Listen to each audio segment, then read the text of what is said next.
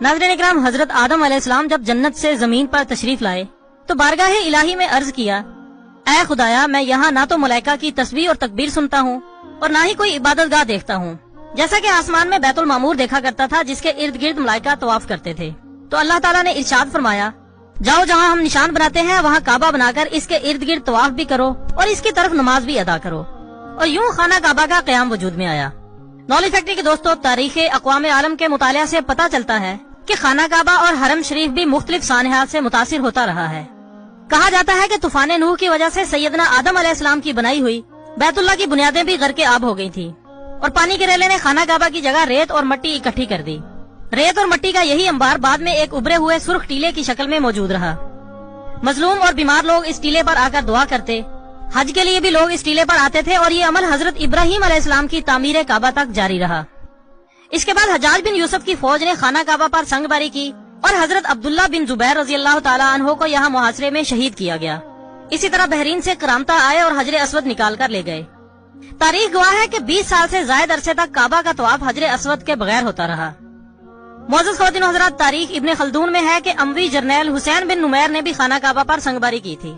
ये संगबारी इतनी शदीद थी कि कोई शख्स तवाफ न कर सका और इस हमले में खाना काबा की छत और पर्दे भी जल गए थे।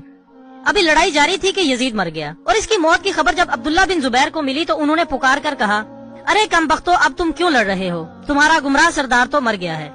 नॉलेज फैक्ट्री के दोस्तों, नबी अकरम हजरत मोहम्मद सल्लल्लाहु अलैहि वसल्लम की पैदाइश से सिर्फ 55 दिन पहले यमन का बादशाह अबरहा अपने साथ हाथियों की फौज लेकर काबा को शहीद करने के लिए मक्का पर हमला आवर हुआ था। इसका सबब यह था कि अबरहा ने यमन के दारुल हुकूमत सना में एक बहुत ही शानदार और आलीशान गिरजाघर बनवाया और ये कोशिश करने लगा कि अरब के लोग बजाय खाना काबा के यमन आकर गिरजाघर का हज किया करें। जब मक्का वालों को ये इल्म हुआ तो कबीला कनाना का एक शख्स गैज़ो गज़ब में जल भूनकर यमन गया और वहाँ के गिरजाघर में पखाना करके इसको नजासत से लथपथ कर दिया। जब अबरहा ने ये वाकया सुना तो वो तैश में आपे से बाहर हो गया और खाना काबा को शहीद करने के लिए हाथियों की फौज लेकर मक्का पर हमला कर दिया। इसकी फौज के अगले दस्ते ने मक्का वालों के तमाम ऊँटों और दूसरे मवेशियों को छीन लिया। इसमें 200 या 400 ऊँट हजरत अब्दुल मुतलिब के भी थे।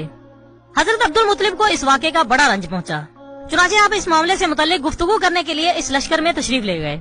जब अबरहा को मालूम हुआ कि कुरैश का सरदार इससे मुलाकात करने के लिए आया है तो इसने आपको अपने खेमे में बुला लिया और जब हजरत अब्दुल मुतलिब को देखा कि एक बुलंद कामत, रोबदार और नहायत ही हसीनो जमील आदमी है जिनकी पेशानी पर नूरे नबूवत का जाहो जलाल चमक रहा है, तो सूरत देखते ही अबरहा बहुत मुतासिर हुआ और बेख्तियार तख्ते शाही से उतरकर आपकी ताजीम व तकरीम के लिए खड़ा हो गया और अपने बराबर बिठाकर दरियाफ्त किया कि कहिए सरदार कुरैश, यहाँ आपकी तशरीफ आवरी का क्या मकसद है? हजरत अब्दुल मुतलिब ने जवाब दिया कि हमारे ऊँट और बकरियां वगैरह जो आपके लश्कर के सिपाही ले आए हैं, आप इन सब मवेशियों को हमारे स्पुर्द कर दीजिए। ये सुनकर अबरहा ने कहा कि ऐ सरदार कुरैश, मैं तो ये समझता था कि आप बहुत ही हौसलामंद और शानदार आदमी हैं, मगर आपने मुझसे अपने ऊँटों का सवाल करके मेरी नजरों में अपना वकार कम कर दिया है। ऊँट और बकरी की हकीकत ही क्या है? मैं तो आपके काबे को तोड़ फोड़ कर बर्बाद करने के लिए आया हुआ हूँ। तो आपने फरमाया कि काबा खुदा का घर है, वो अपने घर को खुद बचा लेगा, मुझे काबा की जरा भी फिक्र नहीं है। ये सुनकर अबरहा अपने फिरौनी लहजे में कहने लगा कि ऐ सरदार मक्का, सुन लीजिए, मैं काबा को शहीद करके इसकी ईंट से ईंट बजा दूंगा और रूए जमीन पर इसका नामो निशान तक मिटा दूंगा, क्योंकि मक्का वालों ने मेरे गिरजाघर की बड़ी बेहुरमती की है। इसलिए मैं इसका इंतकाम लेने के लिए काबा को मिसमार कर देना जरूरी समझता हूँ।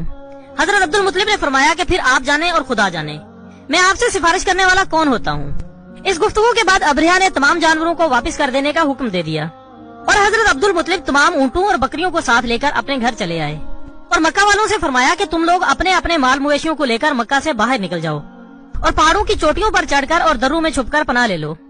मक्का वालों से ये कहकर फिर खुद अपने खानदान के चंद आदमियों को साथ लेकर खाना काबा में गए और दरवाजे का हल्का पकड़कर इंतहाई बेकरारी और गिरियाजारी के साथ दरबार इलाही में इस तरह से दुआ मांगने लगे, अरे अल्लाह, बेशक हर शख्स अपने अपने घर की हिफाजत करता है, लिहाजा तू भी अपने घर की हिफाजत फरमा और सलीब वालों और सलीब के पुजारियों के मुकाबले में अपने फर्माबरदारों की मदद फरमा।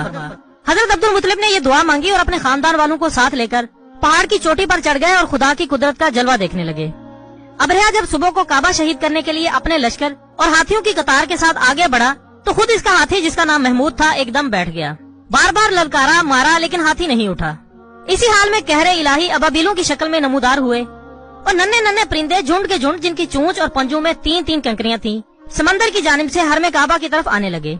अबाबिलों के इन लश्करों ने अबरहा की फौजों पर इस जोरों शोर से संगबारी शुरू कर दी कि आन के आन में अबरहा के लश्कर और इसके हाथियों के परखच्चे उड़ गए।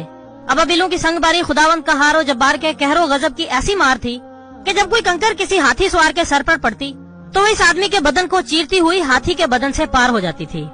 अबरहा की फौज का एक आदमी भी जिंदा नहीं बचा और सबके सब अबरहा और इसके हाथियों समेत इस तरह हलाको बर्बाद हुए कि इनके जिस्मों की बोटियां टुकड़े टुकड़े होकर जमीन पर बिखर गईं।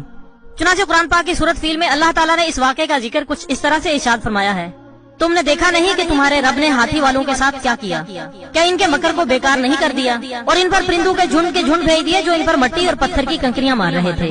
फिर इनका ये हाल कर दिया जैसे जानवरों का खाया हुआ भूस। दोस्तों, जब अबरहा और इसके लश्कर का ये अंजाम हुआ तो हजरत अब्दुल मुत्तलिब पहाड़ से नीचे उतरे और खुदा का शुक्र अदा किया और तमाम अहले अरब इनको एक बुजुर्ग की हैसियत से काबिल एहतराम समझने लगे।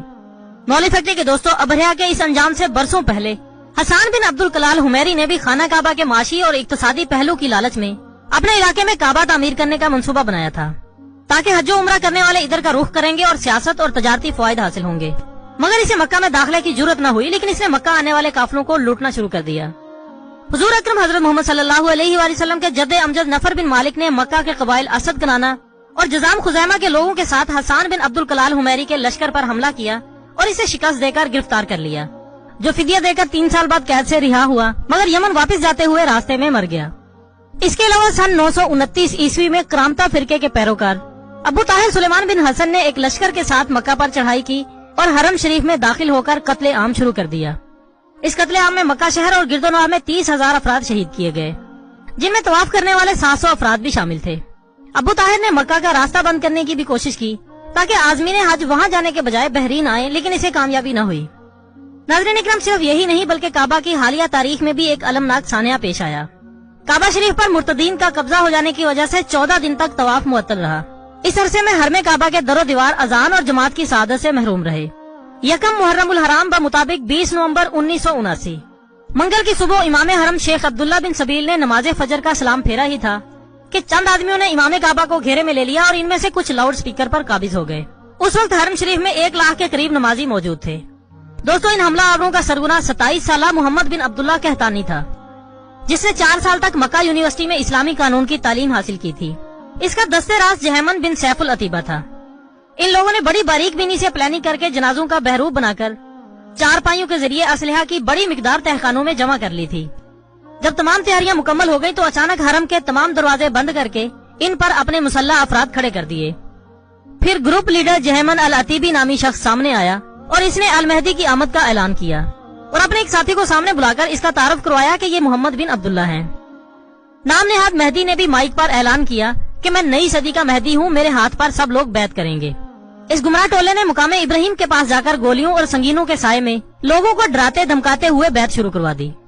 सऊदी हुक्मरान शाह खालिद ने 32 उलमा पर मुश्तमिल सुप्रीम काउंसिल का इजलास फौरी तौर पर तलब कर लिया। उलमा इकराम ने कुरान और हदीस की रोशनी में मुतफिका तौर पर फैसला किया कि मुसल्ला अफराद के खिलाफ कार्रवाई शरीयत के ऐन मुताबिक है। इस फतवे की रोशनी में बैतुल्लाह के तकद्दुस के पेश नजर भारी असला इस्तेमाल करने से गुरेज किया गया। सऊदी हुकूमत ने इस वाक़े से निपटने के लिए अपनी फौज भेजी, लेकिन खाना काबा के तकद्दुस और कम तरबियत की वजह से सऊदी फौजी बगावत करने वालों के खिलाफ मुतासिर कुन कार्रवाई करने में नाकाम रहे। मुसलसल नाकामी के बाद सऊदी हुकूमत ने पाकिस्तानी फौज से मदद तलब की तो सऊदी एहलकार और पाक फौज के जवान अपनी हिकमत अमली की मदद से 4 दिसंबर को ये बगावत बिलाखिर खत्म करने में कामयाब हुए। इस वाक़े में मस्जिद की इमारत को शदीद नुकसान हुआ, लेकिन खाना काबा महफूज रहा। मुर्तदीन का मुकम्मल सफाया करने के बाद 7 दिसंबर 1979 को दोबारा हरम शरीफ को इबादत के लिए खोला गया। इस लड़ाई में 75 बागी मारे गए और जहमन अल अतीबी समेत 60 से ज्यादा शिद्दत पसंदों को हिरासत में ले लिया गया, जिन्हें जनवरी 1980 में सजाए मौत सुनाई गई और बिलाखिर सबके सर कलम कर दिए गए।